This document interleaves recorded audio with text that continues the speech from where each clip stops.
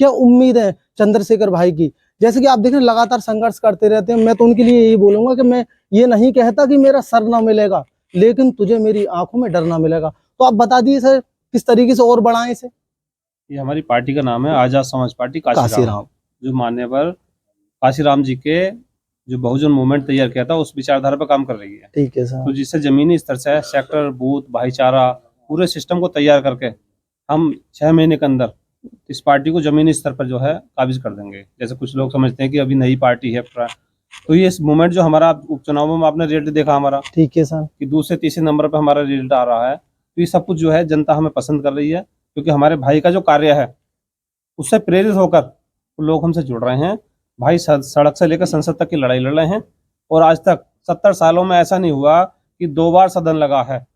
और माननीय हमारे राष्ट्रपति जी चंद्रशेखर आजाद जी ने जो है इतनी समस्याएं रखी हैं देश के अंदर, अगर उन पर काम कर लिया जाए, माननीय मोदी जी काम कर लें, योगी जी अगर काम कर लें, तो देश के अंदर त्राही त्राही ना खत्म हो जाएगी। जैसे आप देख रहे हैं कि ईश्वर चंद्र विद्यासागर है, फूले है, बाबा साहब अम्बेडकर, काशीराम, मायावती, ये एक चेन है। क्या इसी परंपरा को चंद्रशेखर भाई पूरा कर पाएंगे? बहुत तेजी से आजाद समाज पार्टी का जनाधार बढ़ रहा है। अभी आपने देखा नगीना लोकसभा का जो 24 में से चुनाव हुआ था, जिसमें सांसद चंद्रशेखर आजाद जी जीत के आए हैं, उसमें कितना अच्छा कॉम्बिनेशन बना है। दलित, मुस्लिम, ओबीसी सभी वर्गों का वोट मिला और एक तरफा हमारी जीत हुई। उसी तरह से आपने मीरापुर चुनाव देखा होगा, हालांकि प्रशासन ने वहाँ वोट नहीं डालने दिया, ज़्यादातर आजाद समाज पार्टी के लोगों को टारगेट किया है। ठीक है, यही कुंदरकी में हुआ है, लेकिन उसके बाद भी हम तीसरे नंबर पे आ रहे हैं। ठीक है, तो लोगों की उम्मीद है, जनता की उम्मीद है, क्योंकि ये समाजवादी पार्टी और ये भाजपा ये टकराव की राजनीति करती है। समाजवादी चाहती है कि भाजपा जो है ना हिंदू मुस्लिम के मुद्दे उठाए, ठीक है, उससे मुस्लिम उनकी तरफ जाए।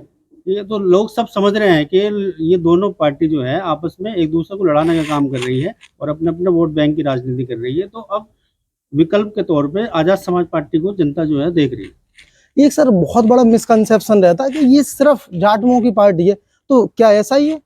मैं मुसलमान हूँ, ठीक है सर, और हमारे यहाँ ये देखिए पूरी लाइन में और सामने भी हर समाज के लोग तो आप देख सकते हैं ऐसा समाज के आप जाट समाज है, कश्यप समाज है, तो आप इस तरीके से देख सकते हैं इसमें ओबीसी और एससी सबको ही लेकर के साथ चला जाता है। ऐसा नहीं कि ये जाटों की पार्टी है। तो इस मिसकंसेप्शन को आप जो इग्नोर करिए, कोई प्रॉब्लम वाली बात नहीं है। मैं चाहूंगा कि इसी तरीके से हम चंद्रशेखर भाई को और आगे बढ़ाएं। भाई का जो निर्देश है, भाई जो है धरातल पे काम कर रहे हैं, और ऑल इंडिया में जो है भाई दलितों की, मुस्लिमों की, पिछड़ों की सभी को बुलंद आवाज़ हैं, और सड़क से लेकर संसद तक जो है भाई सभी की आवाज़ बुलंद कर रहे हैं। आज की डेट में 543 सांसद चुन के आते हैं पूरे भारत से, तो 542 सांसद एक तरफ और भाई अकेले एक तरफ। हमारा अकेला ही शेर काफी है, सब 542 सांसदों पर भारी है। अच्छा, तो आपका जो संगठन है वो और जैसे जमीनी स्तर पे किस तरीके से काम कर रहा है, वो थोड़ा सा कम दिखाई दे रहा अभी। तो भाई तो जाते थे तो लगातार टकराव की स्थिति उनकी बनी रहती है, लेकिन हम क्या कर रहे हैं, हमें तो कुछ दिखाई नहीं दे रहा अभी। जमीनी स्तर पे काम चल रहा है हमारी। जैसे आपने देखा होगा आरएसएस दिखाई नहीं देती है, काम निरंतर जारी रखती है और चूल्हे तक घुस जाती है। इसी प्रकार हमारी भीम आर्मी चूल्हे तक घुसी हुई है, और जो जन जन तक पहुंच चुका है हमारा संदेश। आने वाली 2027 में बीजेपी भी उखड़ जाएगी, सपा का सपाया हो जाएगा, और आजाद समाज पार्टी, भीम आर्मी, चंद्रशेखर आजाद जी उत्तर प्रदेश के मुख्यमंत्री बनेंगे, और आने वाली 2029 में बड़े भाई भारत के लाल किले के झंडे के लिए फहराएंगे और देश के प्रधानमंत्री बनेंगे।